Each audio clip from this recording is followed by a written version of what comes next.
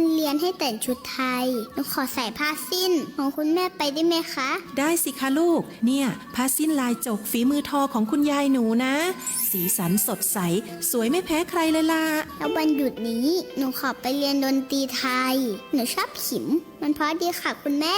ดีเลยค่ะลูกดนตรีไทยเป็นเอกลักษณ์ของชาติไทยการเล่นดนตรีไทยก็ถือเป็นการร่วมอนุรักษ์และสืบทอดไม่ให้สูญหายนะขอบคุณมากค่ะคุณแม่หนูไหว้สวยมากค่ะลูกรู้ไหม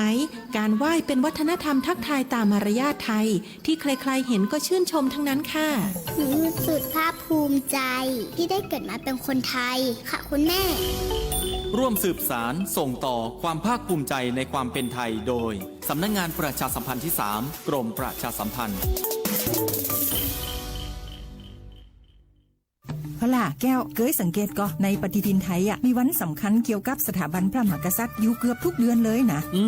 แต่ก็นี่แต่กะก็อย่างเช่นเดือนมกราคมวันที่17วันป่อขุนรามคำแหงวันที่18วันสมเด็จพระนเรศวรมหาราชส่วนเดือนมีนาคมวันที่31วันพระบาทสมเด็จพระนางเกล้าเจ้าอยู่หัว2เมษายนวันคล้ายวันพระราชสมภพกรมสมเด็จพระเทพราช6เมษายนวันจักรี4พฤษภาคมวันชัดมงคล3มิถุนายนวันเฉลิมพระชนมพรรษาสมเด็จพระนางเจ้าพระบรมราชินีใช่วันที่28กรกฎาคมวันเฉลิมพระชนมพรรษาพระบาทสมเด็จพระเจ้าอยู่หัววันที่12สิงหาคมกับวันแม่แห่งชาติ24กันยายนวันมหิดลนี่เดือนตุลาคมก็มีวันสำคัญก็คือ13ตุลาวันคล้ายวันสวรรคตของในหลวงรัชกาลที่9วันที่21ตุลาวันคล้ายวันพระราชสมภพสมเด็จย่าและก็23ตุลาก็เป็นวันปิยมหาราชวันที่14พฤศจิกายนวันพระบิดาแห่งฝนหลวง25พฤศจิกายนวันวชิราวุธและก็วันสำคัญในเดือนธันวาคมคือวันที่5วันป่อแห่งชาติครับสังคมไทยเฮาให้ความสำคัญกับวันเหล่านี้คนไทยฮักและก็เทิดทูนสถาบันพระมหากษัตริย์เพราะสถาบันพระมหากษัตริย์อยู่คู่กับคนไทยมาอย่างยาวนานปรารถนาดีจากสำนักงานประชาสัมพันธ์ที่ 3 กรมประชาสัมพันธ์ค่ะวิทยุแห่งประเทศไทยให้ความรู้คู่ความสุขที่นี่สถานีวิทยุกระจายเสียงแห่งประเทศไทยจังหวัดลำปางทำการส่งกระจายเสียงในระบบ FM ความถี่97เมกะเฮิรตซ์จากนี้ไปเชิญติดตามรับฟังรายการม่วนใจไปกับกองทุนฟื้นฟูและพัฒนาเกษตรกรโดยสำนักงานกองทุนฟื้นฟูและพัฒนาเกษตรกรสาขาจังหวัดลำปางค่ะ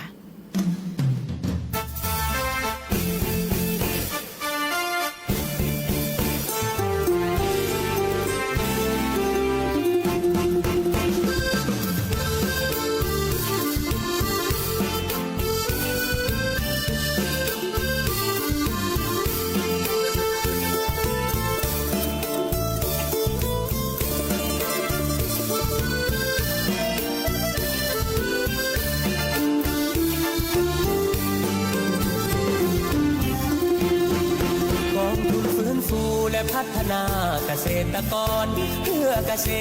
ตรกรที่เดือดร้อนปัญหาหนี้สินมีหลายครอบครัวต้องจำนองด้วยที่ทำกิน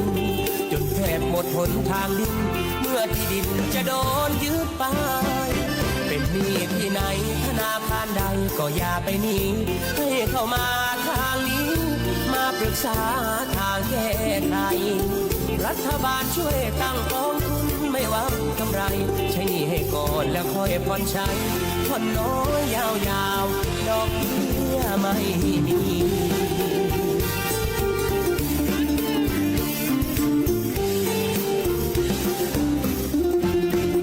กองทุนฟื้นฟูกันด้วยหัวใจเพื่อเกษตรกรไทยทั่วเมืองไทยที่มีปัญหา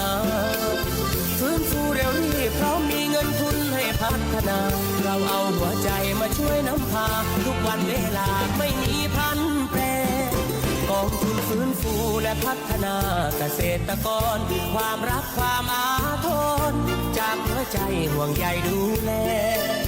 ทำงานโปร่งใสรวดเร็วทันใจแก้ไขเพียงแค่ด้วยปณิธานที่แน่วแน่เราพร้อมดูแลพี่น้องทุกคน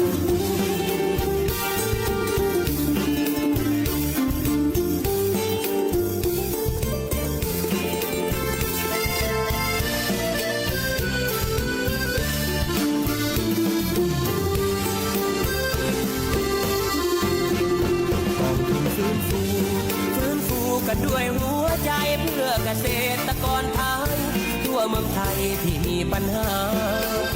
ฟื้นฟูเร็วรีบพร้อมมีเงินทุนให้พัฒนาเราเอาหัวใจมาช่วยนำพาทุกวันเวลาไม่มีพันแปรกองทุนฟื้นฟูและพัฒนาเกษตรกรความรักความอาทรจากหัวใจห่วงใยดูแล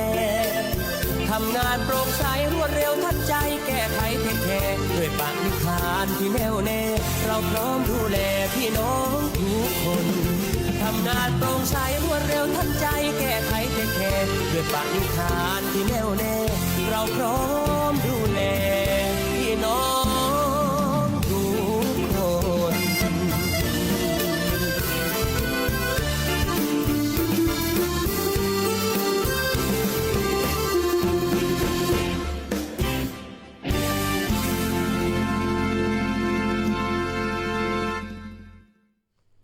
สวัสดีและทักทายแฟนรายการนะเจ้าในช่วงเวลาดีๆอย่างอีนะเจ้าเนาะทักทายกันวันอังคารที่29กรกฎาคม2568นะเจ้าช่วงเวลาดีอีหลายท่านนะเจ้าหลายคนก็คงอยู่ระหว่างพักรับประทานอาหารนะเจ้าเนาะหลายคนก็อาจจะสำดึงสำรันเรียบร้อยละนะเจ้ากินข้าวน้ำจำข้าวตอนแล้วก็มาปะกันเช่นเคยทุกวันอังคารนะเจ้าเนาะบ่ายโมงถึงบ่าย2 โมงโดยประมาณนะเจ้ามีข้าเจ้ารุ่งสุรีชัยสอนพนักงานอาวุโสสำนักงานกองทุนสาขาจังหวัดลำปางนั่งอยู่เป็นเพื่อนแฟนรายการนะเจ้าเนาะวันนี้มาทักทายกันท่ามกลางบรรยากาศก็สบายๆนะเจ้าเนาะก็มีหลายท่านนะเจ้าทักทายกันเข้ามาก่อนเข้าสถานีขอบทเพลงมาละนะเจ้าก็ขอบคุณทุกท่านติดตามรับฟังกันนะเจ้าขอบคุณยังพี่อนงนะเจ้าเนาะจากสำนักพุทธบวาวันนี้ถึงจะบัจจัยสมาชิกกองทุนฟื้นฟูก็จะขอติดตามรับฟังรายการของสวทลำปางนะเจ้าในช่วงของม่วนใจไปกับกองทุนฟื้นฟูนะเจ้าวันนี้ข้าเจ้าก็ได้รับมอบหมายจากหัวหน้าสำนักงานเนาะคุณพรสวรรค์สมานนะเจ้าเนาะคือมาดำเนินรายการนะเจ้าแล้วก็บอกเล่า90คือพี่น้องสมาชิกกองทุนฟื้นฟูสาขาจังหวัดลำปางแล้วก็พี่น้องเกษตรกรทั่วไปที่สนใจนะเจ้าเนาะที่จะคือกองทุนฟื้นฟูเฮาไปดูแลนะเจ้าเนาะบางที่บอกว่าเฮาพร้อมดูแลพี่น้องทุกคนนะเจ้าแต่ว่าทั้งหมดทั้งมวลถ้าพี่น้องบ่ทักบ่ทายบ่อื่นมานะเจ้าเฮาก็บ่ฮู้ว่าจะไปดูแลกันจะใดนะเจ้าโดยเฉพาะกองทุนฟื้นฟูเฮาเนาะเคยอู้กันละว่านะเจ้าถ้าลูกบ่ให้เฮาบ่กินนมนะเจ้าถึงวันนี้เนาะนะเจ้ามีหลายสิ่งหลายอย่างปัญหาทุกอย่างที่เกิดขึ้นนะเจ้าวันนี้ก็ส่งกำลังใจให้พี่น้องหลายๆพื้นที่นะเจ้าเนาะที่ประสบปัญหาของอุทกภัยนะเจ้าโดยเฉพาะพี่น้องตั้งภาคเหนือเฮาช่วงก่อนก็พี่น้องภาคอีสานก็เจอในเรื่องของในเรื่องของเป็นห้องว่าอย่าง การกระทบกระทั่งระหว่างชายแดนเนาะนะเจ้าเป็นปัญหาแต่ตอนนี้ก็คลี่คลายและสงบลงละนะเจ้าแต่ว่าในส่วนของพี่น้องในส่วนของภาคเหนือเฮานะเจ้าเนาะก็ยังในส่วนพี่น้องเมืองน่านและหลายพื้นที่นะเจ้าเมืองแปะสุโขทัยแต่ว่ากระทรวงข่าวมาว่าตอนนี้สุโขทัยเริ่มระทมและนะเจ้าพี่น้องเมืองรองแปะเนาะพระอาจารย์ยงยุทธก็บอกว่าโยมตั้งเพกันเริ่มละเน้อนะเจ้าบัจจัยกับเมืองน่านนะเจ้าเนาะต้องทำใจละนะเจ้าเนาะช่วงนี้ในช่วงของสภาวะอากาศที่เปลี่ยนแปลงไปนะเจ้าเราต้องตั้งรับนะเจ้าเนาะการเยียวยานะเจ้าเป็นการแก้ไขปัญหาที่ปลายเหตุนะเจ้าเราถ้าเราลูกตถาคตเราจะรู้ว่าเหตุแห่งทุกข์เหตุแห่งการเกิดปัญหาเกิดจากอะไรอย่างนะเจ้าเนาะก็เนื่องจากพื้นที่สีเขียวเองลดลงนะเจ้าเนาะแล้วก็วิธีการดำเนินชีวิตของพี่น้องทุกภาคส่วนนะเจ้าเนาะที่มีส่วนเกี่ยวข้องกับภัยธรรมชาตินะเจ้าก็ทำให้การดำเนินชีวิตที่เปลี่ยนไปวิธีที่เปลี่ยนไปนะเจ้าเนาะพื้นที่สีเขียวก็ลดลงนะเจ้าเนาะการก่อสร้างกีดขวางทางเดินของน้ำก็มีส่วนทำให้การไหลบ่านะเจ้าของน้ำก็มันบ่เหมือนเส้นทางเดิมที่สำคัญที่สุดอุณหภูมิโลกที่มันเปลี่ยนแปลงไปเจ้าไคลเมทเชนจ์เนี่ยส่งผลกระทบแน่นอนกับการดำเนินชีวิตโดยเฉพาะพี่น้องเกษตรกรตีชีวิตขึ้นอยู่กับความเสี่ยงนะเจ้าเนาะก็บอกแล้วนะเจ้าเนาะว่าชีวิตเมื่อมีความเสี่ยงเขาก็ต้องตั้งรับนะเจ้าเตรียมทุกอย่างแล้วก็ที่สำคัญที่สุดการปรับวิธีคิดเป็นเรื่องที่สำคัญนะเจ้าเมื่อมันเกิดขึ้นแล้วปัญหาที่มันเกิดขึ้นแล้วเขาจะอยู่อย่างไรอยู่กับมันให้ได้นะเจ้าเนาะทักทายแฟนรายการนะเจ้าเนาะตะกี้ป้าก้อม ก็บอกว่าถึงบ่ายโมงละกระตึงเอาวิทยุมารอแนฟังนี่แหละนะจะส่งเพลงอย่างที่ก็บอกแล้วนะเจ้าถ้าท่านมาแนะนำบทเพลงมานะฮะนะเจ้าเขาก็จะประมาณว่าตามใจผู้จัดขัดใจผู้ฟังเลยนะ วันนี้ต้องขอบคุณน้องๆฝึกงานของสวทลำปางนะเจ้ามานั่งเป็นเพื่อนเป็นป้องแล้วก็หยิบ บทเพลงเพราะๆให้ท่านนะเจ้าเนาะวันนี้ผู้ดำเนินรายการกันยังประเบิดเหมือนเดิมนะเจ้าแต่เจ้านะยังเข้าใจว่าวันนี้วันจันทร์แต่ละวันเนาะวันหยุดนะเจ้าวันสำคัญของพี่น้องชาวไทยก็เหมือนกันนะเจ้าเนาะแต่ว่านะเจ้าเนาะวันนี้ก็วันอังคารลืมแรกต้นสัปดาห์ก็มาแยกกันนะเจ้าแล้วก็ที่สำคัญช่วงนี้เนาะเจ้าก็ความก็จากหลายๆพื้นที่นะเจ้ามีข้อมูลข่าวสารนะเจ้าเนาะตีดีๆนะเจ้าหรือว่าข้อมูลข่าวสารอย่างคือกองทุนฟื้นฟูลงไปพัฒนาปรับแก้และดูแลกันนะเจ้าก็ส่งข่าวมาได้นะเจ้าเนาะสำหรับช่วงนี้นะเจ้าอยู่กับรุ่งสุรีชัยสอนพนักงานอาวุโสสำนักงานกองทุนสาขาลำปางนะเจ้าสวทลำปาง FM 97 เมกะเฮิรตซ์นะเจ้าแนะนำบทเพลงนะเจ้าเนาะหรือติดตามรับฟังผ่าน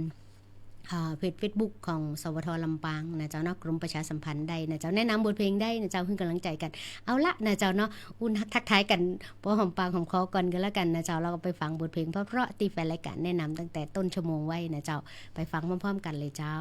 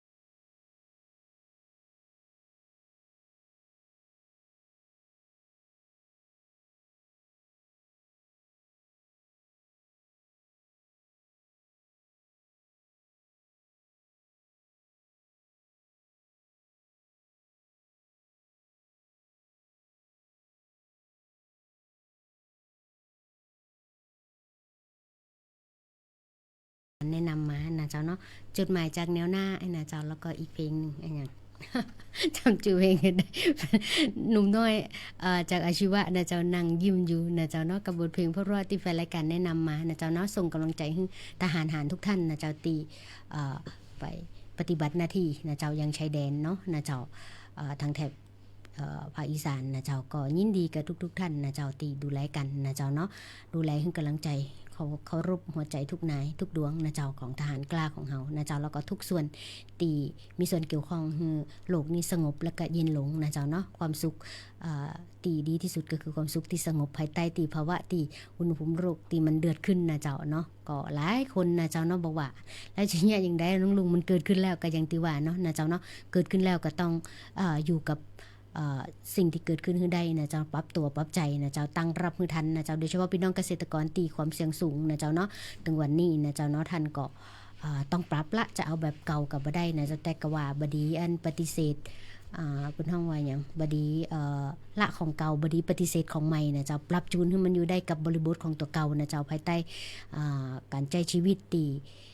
ีต้องระมัดระวังในทุกๆเรื่องนะเจ้าเนาะโดยเฉพาะถึงวันนี้นะเจ้าเนาะความเสี่ยงสูงมากนะเจ้าเนาะทุกสถานการณ์นะเจ้าดังที่สำคัญนึกยังบ่ออกก็นึกว่าเปิ่งตัวเก่าไว้ก่อนเองตามปรัชญาเศรษฐกิจพอเพียงของพระบาทสมเด็จพระเจ้าอยู่หัวรัชกาลที่9นะเจ้าเนาะที่เปิ้นได้พระราชทานไว้ให้เฮานะเจ้าซึ่งถ้าใครติดตามนะเจ้าเนาะถ้าเฮาดำเนินชีวิตด้วยวิถีพอเพียงหลายคนบอกว่ามันพอเพียงบ่ได้การน้องลุง นะเจ้าความพอเพียงของแต่ละคนบ่เหมือนกันนะเจ้าพี่น้องนะเจ้าเนาะฉะนั้นสิ่งนี้ตอนเนี้ยที่พี่น้องสมาชิกกองทุนฟื้นฟูนะเจ้าจะทำได้ตอนนี้ก็คือตรวจเช็คความเป็นสมาชิกกับกองทุนฟื้นฟูได้ว่าท่านเป็นสมาชิกกอนะเจ้าภายใต้เพราะว่าโลกที่มันฮ้อนแล้วก็สภาวะเศรษฐกิจอย่างต่างๆที่จะประดังเข้ามาสิ่งหนึ่งที่พี่น้องเกษตรกรจะต้องมีก็คือการมีหลังพิงฝานะเจ้าเนาะมีพรบคอยคุ้มครองท่านก็คือพรบกองทุนฟื้นฟูและพัฒนาเกษตรกรสาขาฉบับ2542แล้วก็ฉบับแก้ไขเพิ่มเติมนะเจ้าซึ่งตรงเนี้ยพรบฉบับนี้นะเจ้าเกิดขึ้นจากการเรียกร้องของพี่น้องนะเจ้าเนี่ยซึ่งทราบปัญหาดีว่าปัญหาพี่น้องตึงวันเนี่ยนอกจากปัญหาเรื่องปากท้องนะเจ้าปัญหาหนี้สินนะเจ้าเนาะอันนั้นเป็นเรื่องที่เฮาต้องเจอแน่นอนที่สำคัญที่สุดตอนนี้ความเสี่ยงเฮาสูงขึ้นก็คือภาวะโลกที่มันเดือดขึ้นนะเจ้าเนาะภัยธรรมชาติจะสวกขึ้นแน่นอนนะเจ้าแล้วก็เพิ่มความรุนแรงขึ้นไปเรื่อยๆนะเจ้าถ้าตราบใดเฮายังบ่ตระหนักแล้วก็ช่วยกันดูแลหลายคนว่าบ่ตันละน้องลุงนี่นะเจ้ายังตันอยู่เจ้าดีกว่าเฮาบ่ได้ยะหยังเลยนะเจ้าเนาะอย่างถึงวันเนี้ยโดยเฉพาะพื้นที่สีเขียวนะเจ้าเนาะที่เพิ่มขึ้นนะเจ้าก็ส่งผลกระทบให้พี่น้องเกษตรกรแน่นอนนะเจ้าเนาะที่สำคัญที่สุดโดยเฉพาะชีวิตที่ขึ้นอยู่กับดินฟ้าอากาศนะเจ้าเนาะสิ่งที่สำคัญกับชีวิตเฮาก็คือในเรื่องของน้ำของปลานะเจ้าเนาะอันนี้สำคัญแต่ถ้าปลาแล้วก็ปลาหมดไปน้ำก็บ่มีนะเจ้าเนาะออกซิเจนอากาศที่เฮาหายใจก็ผลิตจากต้นไม้เหมือนกันนะเจ้าถ้าสิ่งเหล่านี้ขาดสมดุลไปเกิดขึ้นแน่นอนนะเจ้าโดยเฉพาะตอนนี้ภัยธรรมชาติที่เฮาเห็นนะเจ้าเห็นพี่น้องเมืองน่านเนาะนะเจ้าเนาะปีนี้รุนแรงขึ้นนะเจ้ามันเกิดทุกๆปีนะเจ้าอย่างล่าสุดก็ตั้งเมษายนก็เริ่มละนะเจ้าซึ่งผลกระทบต่างๆที่เกิดขึ้นกับพี่น้องเกษตรกรนะเจ้าเกิดทั้งจากน้ำมือมนุษย์เองนะเจ้าแล้วก็จากธรรมชาติที่เป็นต้องการปรับสมดุลนะเจ้าเนาะอันนี้ก็คือในเรื่องของสิ่งที่เรามองเห็นนะเจ้าแต่ว่าสิ่งหนึ่งที่เราระมัดระวังบ่ได้แล้วหู้เลยก็คือในเรื่องของธรณีโครงสร้างทางธรณีวิทยานะเจ้าเนาะเปิ้นก็นอกจากทางอุทกภัยเปิ้นจะต้องปรับแล้วนะเจ้าในส่วนของเปิ้นเรียกว่าทางธรณีนะเจ้าก็มีการขยับเลื่อนตัวยังมีพลังงานและร้อยเรือนหลายๆร้อยเรือนยังมีเปิ้นเรียกว่าพลังงานอยู่นะเจ้าอย่างล่าสุดที่ผ่านมาถ้าใครติดตามรับฟังข่าวสารเนาะนะเจ้าเนาะก็มีการร้อยเลื่อนเถินนะเจ้าก็มีการขยับดีว่าความรุนแรงก็บ่เยอะต่อใดนะเจ้าแต่ก็เป็นการสัญญาณเตือนให้พี่น้องเฮาเฝ้าระมัดระวังนะเจ้าบอกว่าแผ่นดินจะสไลด์หรือว่าแผ่นดินยุบตัวนี่ก็มีส่วนนะเจ้าฉะนั้นเฮาต้องใช้ชีวิตอย่างระมัดระวังนะเจ้าใจรักธรรมในการดำเนินชีวิตดูแลธรรมชาติดูแลตัวเก่าเปิ่งตัวเก่าให้นักที่สุดนะเจ้าเปิ่งใครบ่ได้ขึ้นอย่างบ่ออกนะก็เดินมาที่สำนักงานกองทุนฟื้นฟูสาขาจังหวัดลำปางนะเจ้าติดตั้งองค์กรเนาะอยู่ที่ศูนย์ราชการจันทร์2นะเจ้าเบอร์โทรติดต่อก็0542655054นะเจ้าเดินเข้าไปหากันมีปัญหาหนี้สินก็เข้าไปอู้นะเจ้ามีปัญหาเรื่องงบประกอบอาชีพก็เข้าไปอู้กันนะเจ้าแต่ทั้งหมดทั้งมวลท่านต้องให้ข้อมูลที่เท็จจริงนะเจ้าบ่ใจเข้าไปคาดหวังว่ากองทุนฟื้นฟูต้องเป็นทุกอย่างนะเจ้าบอกแล้วกองทุนฟื้นฟูบ่ใจยาติบยาจันนะเจ้าแต่ว่าก็เป็นเปื้อนให้ท่านเป็นปีเลี้ยงเดินไปพร้อมๆกันนะเจ้าเนาะมีอย่างก็อู้จากันได้นะเจ้ามีปัญหาเรื่องหนี้สินเฮาถ้าสำนักงานกองทุนบ่สามารถดูแลได้ก็จะส่งต่อหน่วยงานที่เกี่ยวข้องให้ได้แนะนำกันได้นะเจ้าบางทีพี่น้องปัญหาที่มันเกิดขึ้นเนาะผงเข้าตานะเฮาเคลียร์บ่ได้นะต้องอาศัยคนอื่น อื่นเคลียร์เฮานะเจ้าเนาะแล้วก็คนที่เคลียร์ก็ต้องไว้ใจได้นะเจ้าเนาะนั่นคือเป็นเรื่องที่เฮาก็ต้องดูแลกันไปนะเจ้ากองทุนฟื้นฟูนะเจ้าภารกิจหลักคือส่งเสริมให้พี่น้องรวมตัวกันนะเจ้าการรวมตัวของพี่น้องก็คือเพื่อสร้างอำนาจต่อรองนะเจ้าในการเจรจาบางเรื่องบางราวที่บ่เป็นธรรมกับพี่น้องเกษตรกรนะเจ้าภายใต้พรบฉบับนี้นะเจ้าแล้วก็ที่สำคัญอีกถ้าในชุมชนเฮามีการรวมตัวกันปีฮู้2น้องฮู้1นะเจ้าเนาะเวลามีปัญหากระทบเครือหาเก่ามาอู้กันโคสวายไงอุ้งตินนั่งอู้กันนะเจ้าอันนั้นคือเป็นทางออกที่ดีที่สุดนะเจ้าเพราะว่าบ่มีใครจะฮู้ปัญหาได้ดีตัวเฮาแล้วก็ในชุมชนเพราะว่าบางบริบทก็บ่เหมือนกันนะเจ้าบางทีถ้าเปิ้นสั่งการหรืออันหยังมาจากข้างบนเนี่ยนะเจ้าเนาะบางทีมันเก่าบ่ถูกที่คันพี่น้องนะเจ้าเนาะตั้งที่ดีจะให้เก่าถูกที่คันก็ต้องดูแลตัวเก่าแล้วก็เดินมาหาพันธมิตรหรือกัลยาณมิตรตีงดงามอย่างกองทุนฟื้นฟูแล้วก็หน่วยงานรัฐต่างๆที่บูรณาการร่วมกันนะเจ้าเอาละนะเจ้าอุนักอุหลายนะเจ้าเนาะเปิ้นบอกแล้วรายการม่วนใจไปกับกองทุนฟื้นฟูนะเจ้าช่วงนี้ไปฟังเพลงกันละกันหลายคนกังวลกับสภาวะอากาศนะเจ้าแล้วก็สถานการณ์หลายๆสถานการณ์ในบ้านเมืองก็ไปฟังเพลงให้มันม่วนใจก่อนกันละกันนะเจ้า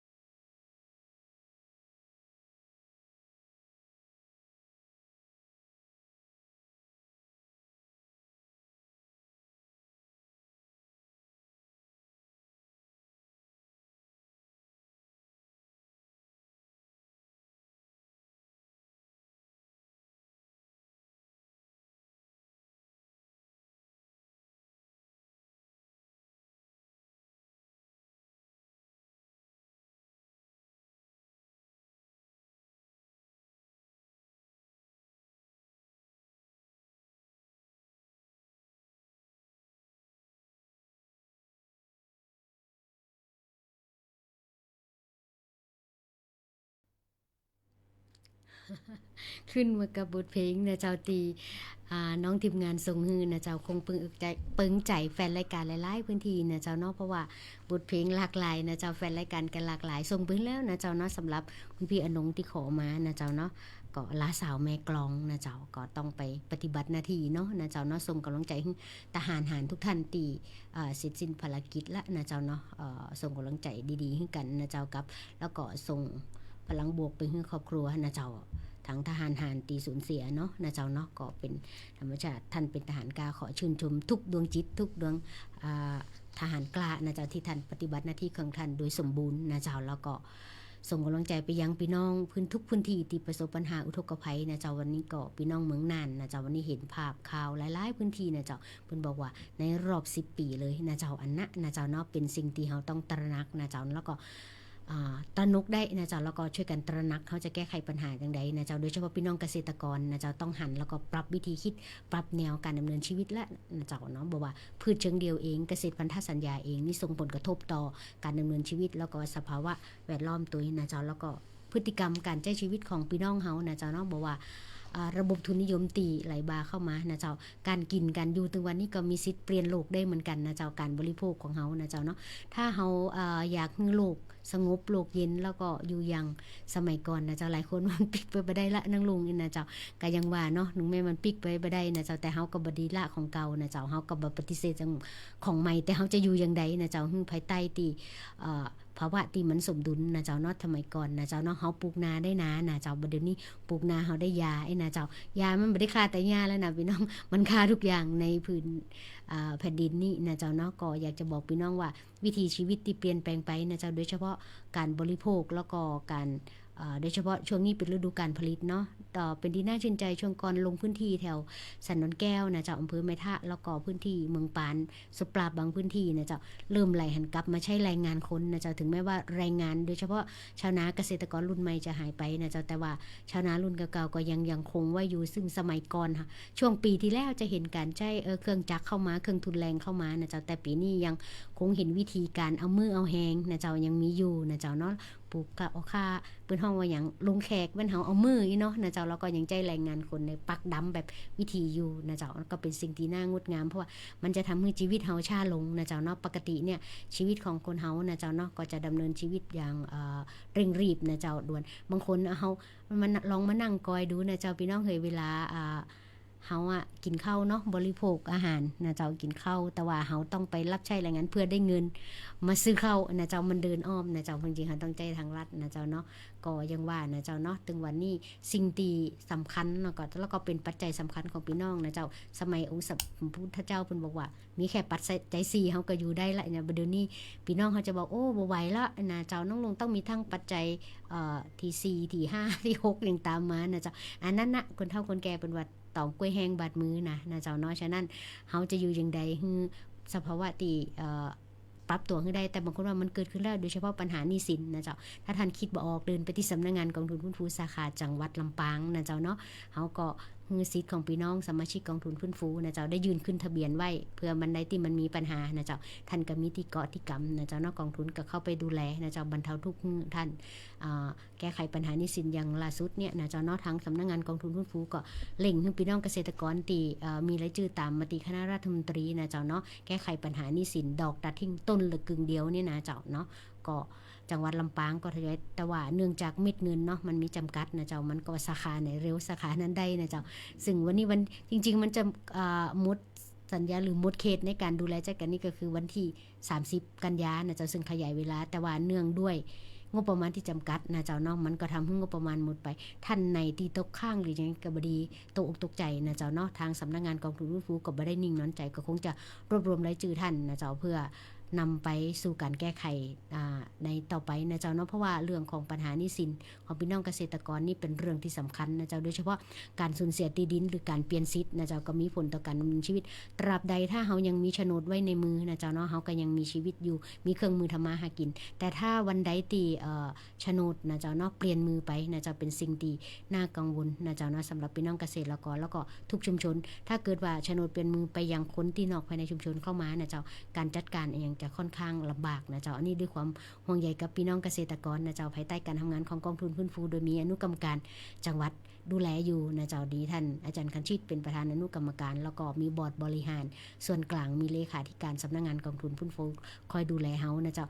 มีหนี้สินแล้วจะไปยังไงต่อนะเจ้าถ้าต้องการประกอบอาชีพเฮาก็ยังมีแผนโครงการซึ่งเดี๋ยวจะมาแจ้งต่อว่า45โครงการที่ท่านส่งเข้ามานะเจ้าดำเนินการแล้วก็ความคืบหน้าเป็นไปอย่างใดไปฟังเพลงก่อนกันละกันเพื่อความมวลอกมวลใจในบ่ายนี้นะเจ้าเนาะคิวเพลงก็เข้ามานะเจ้าทั้งไลน์ส่วนตัวทั้ง Messenger นะเจ้าขอบคุณทุกท่านที่ทักทายกันเข้ามานะเจ้า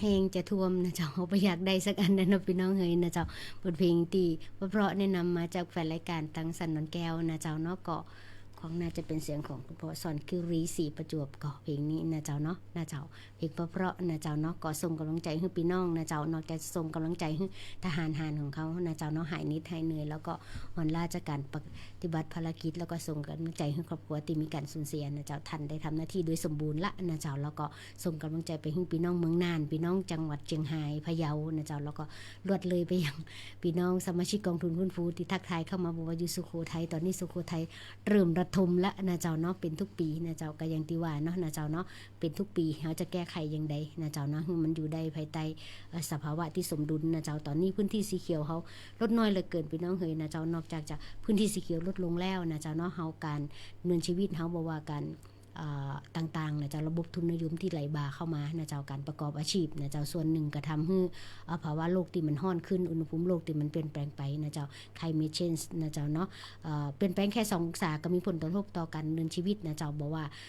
ในเรื่องของพืชพันธุ์นะเจ้าเองทุกอย่างก็ต้องปรับตัวหมดนะเจ้าเนาะทุกคนต้องเตรียมให้พร้อมนะเจ้าหลักการของพี่น้องเกษตรกรตอนเนี้ยนะเจ้าเนาะถ้าใครเขียนแผนโครงการมาทางสำนักงานกองทุนฟื้นฟูสิ่งที่เขาตระหนักก็คือว่าคุณต้องอนุรักษ์ทรัพยากรตัวนะเจ้าเนาะถ้าคุณเอาพืชเชิงเดียวมาด้วยบ่ปึงตัวเก่าแล้วก็ปึงข้างนอกหนักกว่านะเจ้ากองทุนฟื้นฟูก็ต้องให้ท่านกลับไปทบทวนนะเจ้าเนาะเพราะว่าเฮาบ่อยากให้ท่านติดกระดุมเม็ดแรกผิดถ้าเม็ดแรกผิดเม็ดต่อไปก็ผิดก็เหมือนกันนะเจ้าเนาะอันนี้คือหลักการในการอนุมัติแผนโครงการกับกองทุนฟื้นฟูนะเจ้าถ้าท่านมาแบบเกษตรธรรมชาติเกษตรกรรมทั้งเลือกนะเจ้าเกษตรอินทรีย์หรือว่านาเกษตรนะเจ้าเนาะแล้วก็ส่งเสริมให้การใช้ทรัพยากรอย่างยั่งยืนอันนี้เป็นโจทย์ที่เฮานะเจ้าอยากให้พี่น้องเกษตรกรกองทุนฟื้นฟูนะเจ้าได้ดูแลกันนะเจ้าเนาะดูแลทั้งสรรพสิ่งที่อยู่รอบตัวพร้อมกับดูแลครอบครัวของตัวเก่าตัวนะเจ้าเนาะการดูแลแม่ธรณีแม่โพธิ์ศพแม่คงคาเป็นเรื่องที่เกษตรกรจะต้องตระหนักนะครับสมัยก่อนเนาะเฮามีความเชื่อแล้วก็ความศรัทธาความเชื่อในการจะดูแลก่อนจะเนี่ยหยังนะเจ้าเนาะแต่ก่อนต้องมีการแหกกันนะ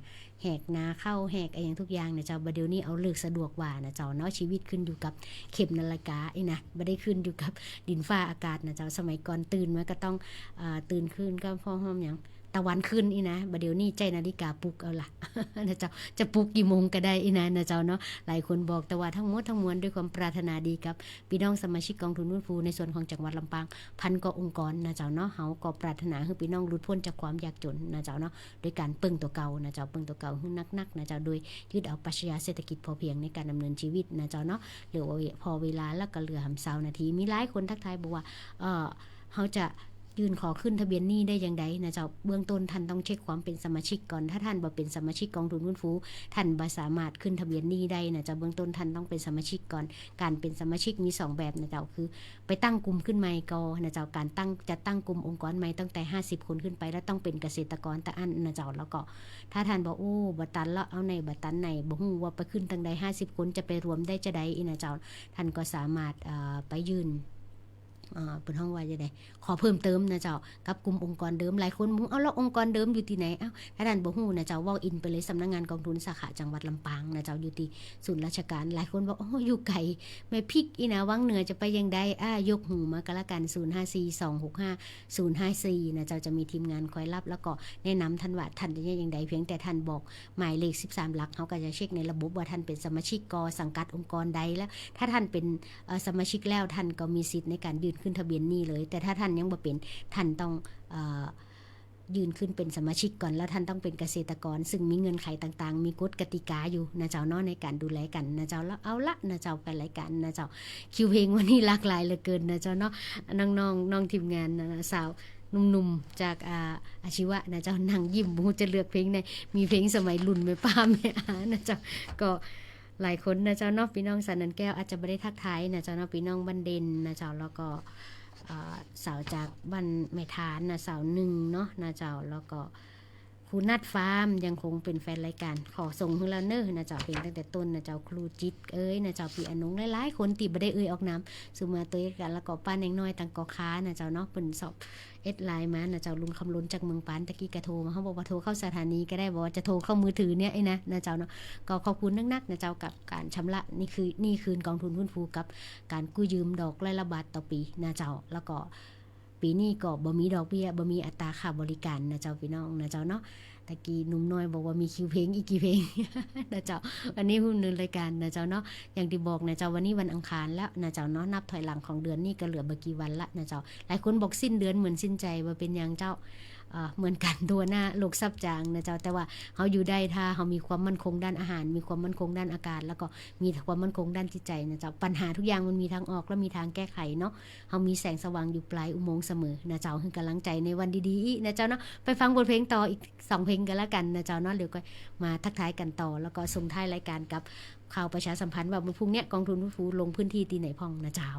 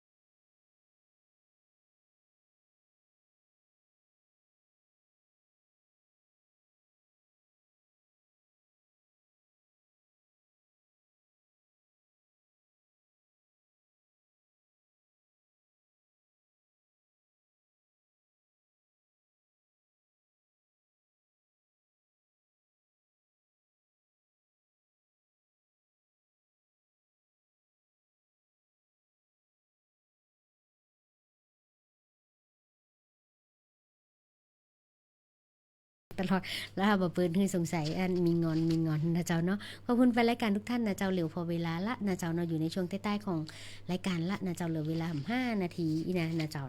ทางสำนักงานก็มาละเตรียมตัวเดินทางไปละนะเจ้าวันพุธแฟนรายการทางบ้านจูดนะเจ้าเนาะเจอกันที่วัดบ้านจูดนะเจ้าแล้วก็อีกพี่น้องบ้านเมียงนะเจ้าแล้วก็พี่น้องพื้นที่อำเภอเมทะวันพรุ่งนี้ทีมฟื้นฟูแบ่งเป็น2ทีมนะเจ้าไปลงพื้นที่อำเภอกอคาแล้วก็อำเภอเมทะนะเจ้าเนาะปะกันวันพุธกับทีมงานตัวเป็นๆนะเจ้าต้องแบ่งแล้วพี่น้องเฮ้ย เร็วเวลากระชั้นเข้ามาบวานในเรื่องของปีงบประมาณนะเจ้าเหลือบ่กี่วันก็สิ้นเดือนกรกฎาคมเรามีเวลาทำงานมาถึง2เดือนกันละในการดูแลพี่น้องเกษตรกรเอาเป็นว่าวันนี้แฟนรายการไปฟังเพลงให้จูใจกันละกันนะเจ้าส่งกำลังใจให้กันใจชีวิตนะเจ้าส่งกำลังใจให้พี่น้องประสบภัยปัญหาทุกอย่างนะเจ้าแล้วก็พี่น้องตีแข็งแรงแล้วก็ดูแลคนตีไปบ่ไหวนะเจ้าเนาะปีหู2น้องหู1ในชุมชนก็คือคำตอบที่ดีที่สุดนะเจ้าเนาะวันนี้กองทุนฟื้นฟูลาแฟนรายการไปก่อนกันละกันนะเจ้าปะกันใหม่อาทิตย์หน้าวันอังคารส่งท้ายกับเพลงที่แฟนรายการแนะนำมาอาจจะบ่จบเพลงก็เป็นอย่างเนาะทักทายและให้กำลังใจทุกท่านอาจจะบ่ได้ออกน้ำก็บ่เป็นอย่างเนาะนะเจ้าเนาะถือว่าเฮารักและปรารถนาดีกับหัวใจทุกดวงที่รับฟังสวทลำปาง FM 97 เมกะเฮิรตซ์นะเจ้าภายใต้รายการม่วนใจไปกับกองทุนวันนี้น้องลุงลาไปก่อนสวัสดีเจ้า